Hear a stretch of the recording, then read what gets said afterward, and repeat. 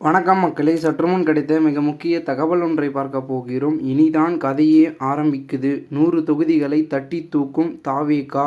முதல்வர் முகமாக விஜய். பரபரப்பு கணிப்பு, திடீர் தகவல். இந்த ஒரு தகவலை பற்றி தான் நாம் பார்க்க போகிறோம். தகவலை பார்ப்பதற்கு முன்னதாக நீங்கள் நம்மளுடைய சேனலுக்கு புதிய பார்வையாளர்களாக இருந்தீர்கள் என்றால் மறக்காமல் நம்மளுடைய சேனலை சப்ஸ்கிரைப் செய்து வைத்துக் கொள்ளுங்கள் மக்களே. தற்பொழுது 2026 சட்டமன்ற தேர்தலை எதிர்கொள்ள அதிமுக, திமுக ஆகிய கட்சிகள் தயாராகி வருகின்றன. தமிழகத்தின் புதிய வரவாக நடிகர் விஜயின் தமிழக வெற்றிக் கழகமும் தேர்தலில் குதித்துள்ளது. இந்த நிலையில் வரும் தேர்தலில் விஜய் தனித்து போட்டியிட்டால் 100 தொகுதிகள் வரை கைப்பற்றுவார் என தனியார் நிறுவனம் ஒன்று உறுதியாக கருத்து கணிப்பு சமூக வலைதளங்களில் வெளியாகியுள்ளது. ஆளுங்கட்சியும் ஆண்ட கட்சியும் இதனை கண்டு அதிர்ச்சி அடைந்து இருப்பதாகவும், இந்த சர்வே உண்மையா என்று கள ஆய்வு செய்ய வேண்டும் என உத்தரவிட்டுள்ளதாகவும் கூறப்படுகிறது. 2026 சட்டமன்ற தேர்தலுக்கு இன்னும் சரியாக ஒரு ஆண்டு இருக்கும் நிலையில் திமுக, அதிமுக அந்த தேர்தலை மிகுந்த முக்கியத்துவம் வாய்ந்த தேர்தலாக கருதுகின்றன. திமுக தலைவராக தாம் சந்தித்த முதல் தேர்தலில் வெற்றி பெற்று முதல்வரான மு.க. ஸ்டாலின் முதல் முறையாக திமுக இரண்டாவது முறையாக ஆட்சி அமைக்க வேண்டும் என திட்டமிட்டு இருக்கிறார். ஜெயலலிதா இருந்தபோதும் இரண்டாவது முறையாக ஆட்சி அமைத்த அதிமுக எடப்பாடி பழனிசாமி தலைமையில் சந்தித்த 2026 தேர்தலில் தோற்றது. மேலும் அவர் தலைமையில் சந்தித்த அனைத்து தேர்தல்களிலும் தோல்வி அடைந்ததால் அதற்கு முற்றுப்புள்ளி வைக்க வேண்டிய கட்டாயம் ஏற்பட்டுள்ளது. தற்போதைய சூழலில் அதிமுக கூட்டணியில் பாஜக, தமிழ் மாநில காங்கிரஸ் இருக்கும் நிலையில் பாமக, தேமுதிக உள்ளிட்ட கட்சிகளை கூட்டணிக்குள் கொண்டு வர பேச்சுவார்த்தையும் நடத்தப்பட்டு வருவதாக கூறப்படுகிறது. இது ஒருபுறம் இருக்க, சீமானுடன் பாஜக பேச்சுவார்த்தை நடத்தி வருவதாகவும் கூறப்படுகிறது. திமுக கூட்டணியில் பொறுத்தவரை காங்கிரஸ், விடுதலை சிறுத்தைகள், இந்திய கம்யூனிஸ்ட், மார்க்சிஸ்ட் கம்யூனிஸ்ட், மதிமுக மற்றும் ஒரு சில இதர சிறிய கட்சிகள் இருக்கின்றன.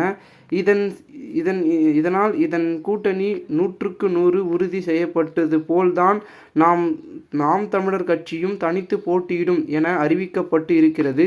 இறுதியில் நேரத்தில் சீமான் எப்படி முடிவெடுப்பார் என்பதுதான் தற்பொழுது கேள்வியாக இருக்கிறது. இந்த நிலையில் தமிழக அரசியலில் புது வரவாக விஜய் 2026 சட்டமன்ற தேர்தல்தான் இலக்கு என கூறி அதனை நோக்கி பயணித்து இருக்கிறார். கட்சி மாநாடு, மாவட்ட செயலாளர்கள் நியமனம் என இருந்த அவர் தற்போது மண்டல வாரியாக பூத் கமிட்டி கூட்டங்களையும் நடத்த முடிவு செய்திருக்கிறார். கோவை கொடுத்த வரவேற்பு விஜயை உற்சாக ஆழ்த்தி இருக்கிறது. அதனை தொடர்ந்து மதுரை, நெல்லை, சென்னை என தமிழகம் முழுவதும் பயணம் செய்ய இருக்கிறார். அதற்கு பிறகு தொகுதி வாரியாக விஜய் சுற்றுப்பயணம் செல்ல இருப்பதாக கூறப்படுகிறது. இந்த நிலையில் சமூக வலைதளங்களில் விஜயின் கட்சி 100 தொகுதிகள் வரை வெல்லும் என போல் மித்ரா என்ற தனியார் நிறுவனம் நடத்திய கருத்து கணிப்பு ஒன்று வெளியாகி உள்ளது. அந்த நிறுவனம் கருத்து கணிப்பின்படி தமிழகத்தில் 234 சட்டசபை தொகுதிகள் இருக்கும் நிலையில் பல்வேறு வகையில் கேள்விகள் முன்வைக்கப்பட்டு இருக்கிறது. அதன்படி அதிமுக கூட்டணி, திமுக கூட்டணி, தமிழக வெற்றிக் கழகம், நாம் தமிழர் ஆகிய 4 முனை போட்டியை மனதில் வைத்து கேள்விகள் எழுப்பப்பட்டு இருக்கின்றன. பாலின ரீதியாக, மண்டல ரீதியாக, சாதி ரீதியாக, மத ரீதியாக என பல்வேறு வகைகளில் கேள்வி எழுப்பப்பட்டதாக கூறப்படுகிறது. அதன்படி தமிழக வெற்றிக் கழகத்தின் தனித்து போட்டியால் 95 முதல் 15 தொகுதிகளில் வெல்லும் என கூறியுள்ளது. திமுக கூட்டணியில் 75 முதல் 85 இடங்களில், அதிமுக கூட்டணி 55 முதல் 65 இடங்களில், நாம் தமிழர் மற்றும் இதர கட்சியினர் 5 முதல் 10 இடங்களில் வெல்வார்கள் என கூறப்பட்டுள்ளது. வாக்கு சதவீதம் பொறுத்தவரை தமிழக வெற்றிக் கழகம் 35%, திமுக கூட்டணி 30.20%, அதிமுக கூட்டணி 27.85%, நாம் தமிழர் கட்சி 4.43% வாக்குகள் பெறுவார்கள் என கூறியுள்ளது. தமிழகத்தை வழிநடத்த அனைத்தும் முதல்வர் வேட்பாளராக யாரை பார்க்கிறார்கள் என்ற கேள்விகள் 39.4% பேர் விஜயை தேர்ந்தெடுத்து இருக்கின்றனர். மு.க. ஸ்டாலினை 27.8% பேரும், எடப்பாடி பழனிசாமியை 18.6% பேரும், சீமானை 5.1% பேரும், அண்ணாமலையை 4.7% பேரும் தேர்ந்தெடுத்து இருக்கின்றனர். தமிழகத்தில் 2026 தேர்தலில் முக்கிய பிரச்சனைகளாக பெண்கள் பாதுகாப்பு 2.3% மற்றும் போதைப் பொருட்கள் பழக்கம் 27.18%, வேலை வாய்ப்பின்மை 17.6%, ஊழல் 14.22%, மொழி கலாசார அடையாளம் 9.5%, வேலைவாய்ப்பின்மை மற்றும் விலைவாசி உயர்வு 6.4% என கூறியுள்ளது. சாதி ரீதியாக முக்குளத்தோர் அதிமுக 44%, தமிழக வெற்றிக் கழகம் 34%, திமுகவுக்கு 17% பெற்று வன்னியர் வாக்குகளை தமிழகம் வெற்றிக் கழகத்துக்கு 39%, அதிமுகவுக்கு 36%, திமுகவுக்கு 19% பெறும் என்றும், கவுண்டர் இன வாக்குகளை அதிமுக 35%, தமிழக வெற்றிக் கழகம் 5%, திமுக 20% பெறும் என கூறப்பட்டுள்ளது. தாழ்த்தப்பட்ட மக்களின் வாக்குகளை தமிழக வெற்றிக் கழகம் 29%, திமுக 53%, அதிமுக 17% பெறும் என்றும், பிராமணர் மற்றும் உயர் வகுப்பினரின் வாக்குகள் தமிழக வெற்றிக் கழகத்திற்கு 45%, அதிமுகவுக்கு 31%, திமுகவுக்கு 14% பெறும் என கணிக்கப்பட்டுள்ளது. சென்னை மற்றும் புறநகர், மேற்கு மண்டலம், தென் மண்டலம், மத்திய மண்டலம், வடமண்டலம் ஆகிய பகுதிகளில் தமிழக வெற்றிக் கழகம் முதல் இடத்திலும், திமுக, அதிமுக 2வது, 3வது இடங்களுக்கும் இருப்பதாக கூறப்பட்டுள்ளது. டெல்டா மாவட்டங்களில் திமுக வலுவாக இருக்கிறது என கூறப்பட்டுள்ளது.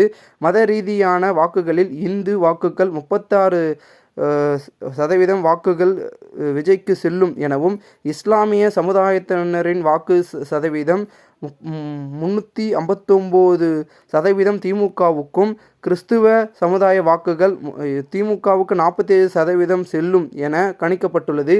அதே நேரத்தில் 29% மற்றும் 41% இஸ்லாமிய மற்றும் கிறிஸ்துவ வாக்குகள் விஜய்க்கு செல்லும் என்கின்றது அந்த கருத்து கணிப்பு. 18 வயது முதல் 24, 25 வயது முதல் 41, 42 வயது முதல் 60 வயதுக்கு மேல் என பிரிக்கப்பட்டதில் தமிழக வெற்றிக் கழகம் பெரும்பான்மையாக வாக்குகள் பெறும் என்கின்றது அந்த கருத்து கணிப்பு. பாலின ரீதியாக பெண்கள் வாக்குகள் 42% விஜய்க்கு, 28% அதிமுகவுக்கும், 26% திமுகவுக்கும் செல்லும் என்றும், ஆண் வாக்காளர்களை 33% விஜய்க்கு செல்லும் என்றும், 31% திமுகவுக்கு செல்லும் என்றும், 29% அதிமுகவுக்கு செல்லும் எனவும் விரிவாக கணிக்கப்பட்டுள்ளது. இந்த கருத்து கணிப்பின் தற்போதைய சமூக வலைதளங்களில் அதிகமாக பகிரப்பட்டு வரும் நிலையில், ஆளும் கட்சியும் ஆண்ட கட்சியும் இதனை அசாதாரணமாக கருதுகிறது.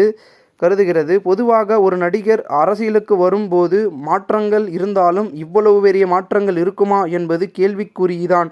அதே நேரத்தில் எந்த விதமான கருத்து கணிப்பையும் புறம் தள்ளி விடக்கூடாது என நினைக்கும் இரு கட்சிகளும் இது தொடர்பாக கள ஆய்வு நடத்த தங்கள் நியமித்திருக்கும் தேர்தல் வியூக நிபுணர்களிடம் கேட்டுக்கொண்டுள்ளதாக கூறப்படுகிறது.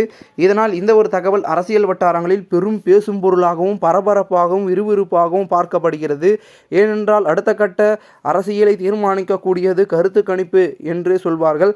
ஆகையால் கருத்து கணிப்பின்படி இந்த அளவிற்கு சதவீதம் கட்சிக்கு கூடுதலாக வருகையில் தற்பொழுது அடுத்த முதல்வர் யார் என்று இன்னும் நாட்கள் நெருங்க என்று கருத்து கணிப்பின் மூலமாகவே தெரிந்து கொள்ளலாம் என்று கூறப்படுகிறது. பொறுத்திருந்து பார்ப்போம் என்ன நடக்கிறது என்பதனை. மேலும் இந்த ஒரு தகவலை குறித்த பொதுமக்கள் உங்களுடைய கருத்துக்களை கூறுங்கள். நன்றி, வணக்கம்.